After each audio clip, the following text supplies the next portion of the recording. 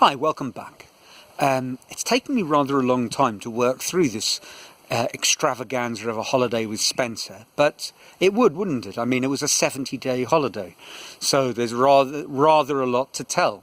I left you with the sometimes surreal, sometimes sublime experience of Roraima. Our paths separated with our newfound Brazilian friends. We caught the post office plane, a little 6-seater Cessna, 10-seater, to a camp called Canaima in the middle of the jungle. Amazing view, you know, a slow plane ride at relatively low level gives you a real feel for just how much jungle is out there. Canaima is a launching point to see Venezuela's big attraction, the Angel Falls, the world's tallest waterfall at just about 1 kilometre. Well, of course, when we got to see it, it was like a leaking tap. It wasn't the rainy season, so there wasn't much in the way of a waterfall. It was a spectacular visit, though, because you're again in a little plane and it sort of circles around, spiralling down from the top to bottom, and then follows the watercourse back to camp. It was a great experience, and then we got another plane to Ciudad Bolivar, where we met up with now a group of Canadians, a larger group, who'd been hiking or whatever, and we ended up camping outside this enormous cave system where we camped overnight, and when evening fell, the camp is host to a massive colony of, I think they're called nightjars, sort of 3-foot wingspan birds that fly out in the evening, thousands of them, and the skies darkened with so many birds. And that was a fantastic experience. And then we all got a bus. We ended up in Puerto La Cruz, which is a beach resort town on the east coast of Venezuela's Caribbean coastline. Lots of adventures. Spencer and I did a scuba diving course, which was great fun, PADI course. I managed to almost fail it, which I think is nearly impossible, but one of their activities is you have to remove the BCU, you know, the device that has the water tank in case you get snagged. And I couldn't do it underwater, and our trainer Alejandra said, you know, you will fail. If you can't do this, you're a liability and you die if you had an accident, so if you got caught. So you need to remove this, and I managed to figure a way out, realizing that I needed to practice on dry land without the pressure of being 30 meters below the ocean waves. So that was a wonderful experience. Eventually Spencer and I parted company. He went off to climb another mountain. I think it's called Pico Bolivar, near a town called Merida. He went with one of the Canadians. And I didn't fancy any of that. I just fancied drinking in Puerto La Cruz, which I did to great aplomb. I mean, you've got to love a place where, in order of from pricey to cheap, it goes water, very expensive, rum, not expensive at all, and then finally petrol, which is you know, cheap as chips. So Puerto La Cruz was a great experience, but all things come to an end, and after 70 days I ended up back in Lima.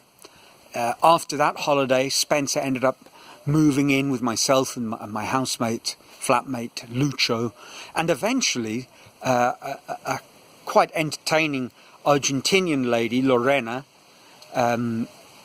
ended up there as well. But that's a story for another day.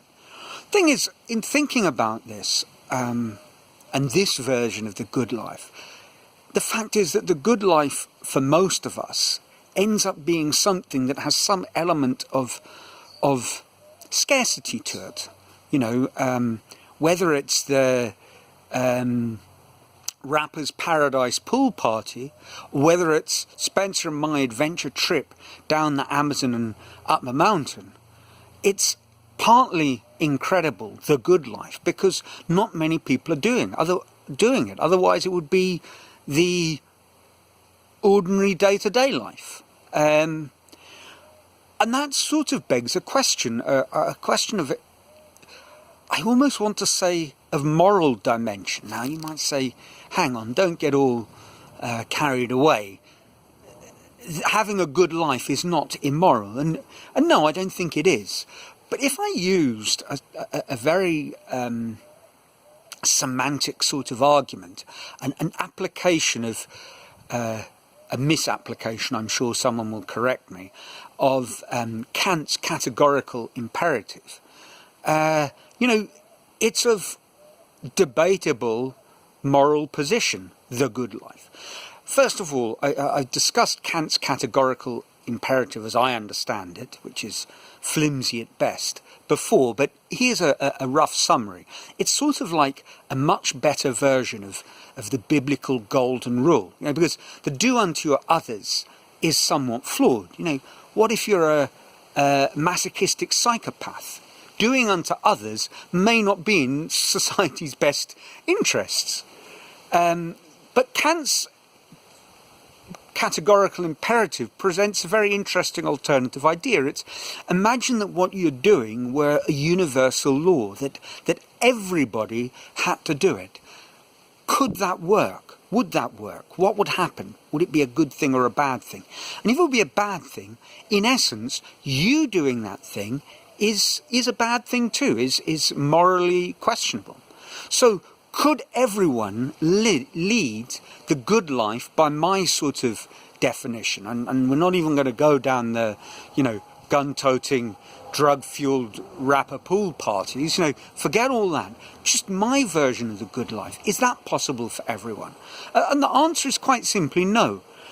My good life, as I think I've taken great pains to point out, was driven because I was paid a combination of a wonderful salary anywhere for a school teacher, and by virtue of geographical arbitrage, a mind-boggling salary in Peru, and for that matter later in Brazil. A real upper echelon sort of salary, well beyond what a teacher would normally earn. And here's the point, what a teacher could normally earn. We couldn't run conventional schools in any given country for everybody if every teacher was paid what I was paid. It worked at Newton College in Peru and at St. Paul's in Sao Paulo because they were children of fortunate circumstances who could pay, their parents could pay well over the odds, and they wanted to. And they wanted a huge competitive advantage for their children over other children. And I'm not saying that that's inherently, wrong or evil. Far from it. There were most of the parents, like the parents that I knew actually of children at government schools, most of the parents were lovely people. The children were lovely children. And for those of you out there that were students of mine, I really mean it. Everyone was very nice, and parents wanting the best for their children cannot possibly be, in any sense, morally wrong. But taken from a sort of helicopter 360-degree view, there's a question to be asked, and obviously, I was an enormous beneficiary of that system. My life now is entirely, in a sense, has been entirely bankrolled by my ability to save money in Sao Paulo. And that was entirely possible because I was paid a wage that was fantastic for a person such as myself, a maths teacher, working in Sao Paulo. So from that perspective, there's questions that need to be asked. My version of the good life there was and is simply unattainable for the majority of people in society. And I suspect for most of you out there listening to this, you are like me, beneficiaries of a system where there's winners and losers, and we happen to have tended to be winners much more than we're losers. and our losses tend to be relatively small, and our wins compared to society at large tend to be pretty big. I would be blind if I didn't admit that. The good news today, however, is I think maybe not on the travel front, but certainly on the education front, we're in a position where realistically a fantastic education is for the first time in the history of man available to almost everybody. You know, even in the most depraved slum in the third world, or the toughest housing project in the first world, cell phones are available, the internet is available, and education is available. And actually, I'm going to sort of use that as a segue into the next little run of videos. I want to talk about online education for a very good reason, that I think I'm about to dip my toes into that, and I will expand on that in one or two videos to come. But the beauty of online education is that we're in a position where we can generously share really good, high-quality information with anybody in the world. There's some sort of limitation, I suppose, at the moment in terms of the language you speak, as to how much is available in your native tongue. But beyond that, and obviously there's a technological constraint. If you're in a place where the computer hasn't seen light of day, well, you know, you're living in a very different reality, facing very different challenges, and that's got nothing to do with what I want to talk about.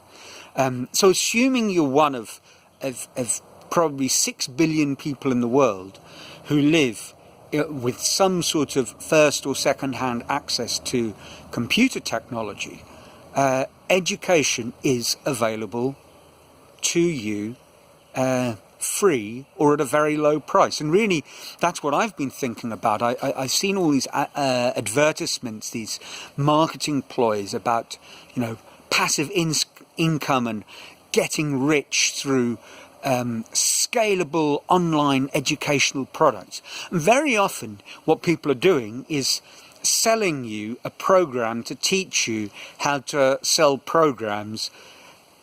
We're in that world of the pyramid scheme once again. But that's not the kind of direction I want to go in. And what I have been thinking about is, I saw, and this is a point I think I'll wind this one up on, I received Seth Godin's daily blog, and he's been blogging, you know, putting out a short blog post daily for more than a decade, maybe two, I don't know. As long as blog posts existed, he's been doing this. He says he thinks it's something everybody should do. And he's launched what he calls the Alt Mba. And it's not particularly cheap, but it's not $100,000, you know, which is maybe what doing the Harvard MBA would set you back. You know, it's nothing like that. So it's a high quality MBA with experts in their field, designed for you and to some degree, I guess, by you, in conjunction with other people, experts and students. And it sounds like a fantastic thing. I have no interest in you know, taking it. But what if that was available in absolutely every area? You know, why not? Another of the big blogs that and video people that I follow, Stan Prokopenko, which is an anatomy drawing, the biggest channel in the world, and very, very successful.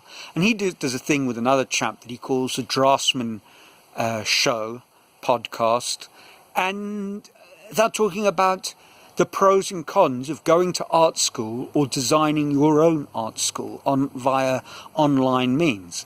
It's interesting stuff, and that's where I'm going to pick up next week. So I hope all is well with you. I'd love to hear from you. Leave a comment. Tell me what you think, what questions you might have about online, or ideas about online education. And till next week, it's ciao from a sunny lockdown Brazil.